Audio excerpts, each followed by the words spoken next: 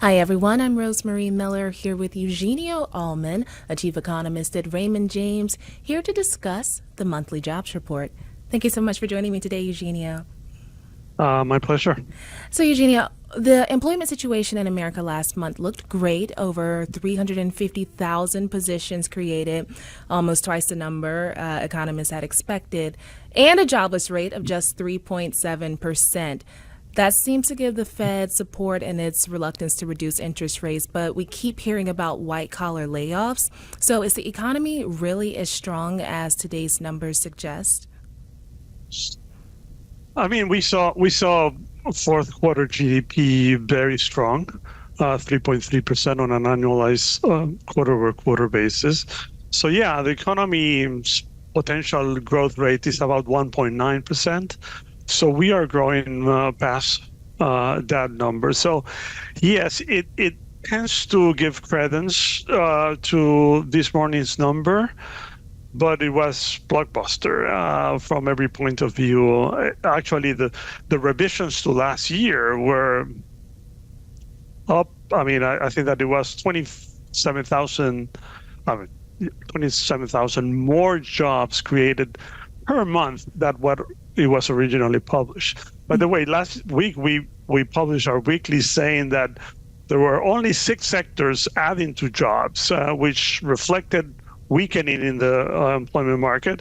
But that number was revised, and there were only 3 sectors showing lower numbers in December. So, I mean, the revisions were much stronger than what we were expecting, and the number for January was blockbuster also. So, does the Fed really care about the stock market if employment is really strong? I mean, the stock market really wants there to be rate cuts, and well, a lot of them this year. Yeah, I don't think that the Federal Reserve puts a lot of weight on the stock market. The stock market has never um, been able to forecast what is going to happen in the economy. I mean, the stock market, I normally say that the stock market takes the elevator. For any news, it goes up and down, but the economy goes through the stairs, correct? I mean, it's just very slow to react to news because it's not something that we have a way of checking every day. I mean, the stock market, we look at it every day and it goes up and down with sentiment. The economy, there's no way that we can look at what is happening in the economy every day. So that's why it takes a much longer time for everybody to figure out what is happening in the economy. Economies haven't been much better forecasters than the stock market, I would say, because we have been wrong also. Well, you mentioned a few sectors, and I want to know, like, what were those specific sectors that you find the most influential in shaping the current employment landscape? I mean, according to January reports, every sector, but the biggest contributors to new job growth has been professional and business services, healthcare and education. Healthcare is one of those sectors that are typically does well in slowdowns and in expansions because baby boomers are retiring, we are getting old, our population age is increasing. So those are the sectors that are moving the needle every month. But what we saw in January, it was every sector was positive, with the exception of mining and logging. So, you know, if these numbers are not revised, and that is a big if, the economy is popping. I mean, it's just unbelievably strong. So, looking forward, what leading indicators or economic signals should we be looking out for? Yeah, normally it's employment.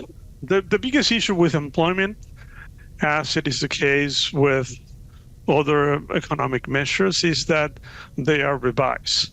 But we normally look at employment, initial jobless claims, retail sales, just to see how strong the consumer is, because consumers are about 70% of the U.S. economy. So those are the typical numbers. We look at initial jobless claims not because, as you said, many companies have been announcing layoffs, but those are very noisy numbers. Those numbers are from very large companies, and 85-90% of jobs are created by small businesses.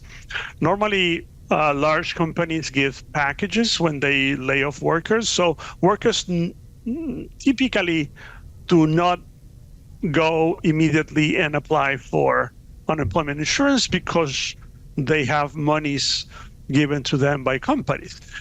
What is important for the initial jobless claim is for small businesses. Small businesses do not give packages to employees. So if you lose your job in a small business, you typically go immediately to the unemployment office or do your online solicitation of unemployment insurance, and that tends to move the needle higher. We haven't seen that happening, so it is clear that small businesses are doing very well today. Well, thank you so much for joining me today, Eugenio. My pleasure.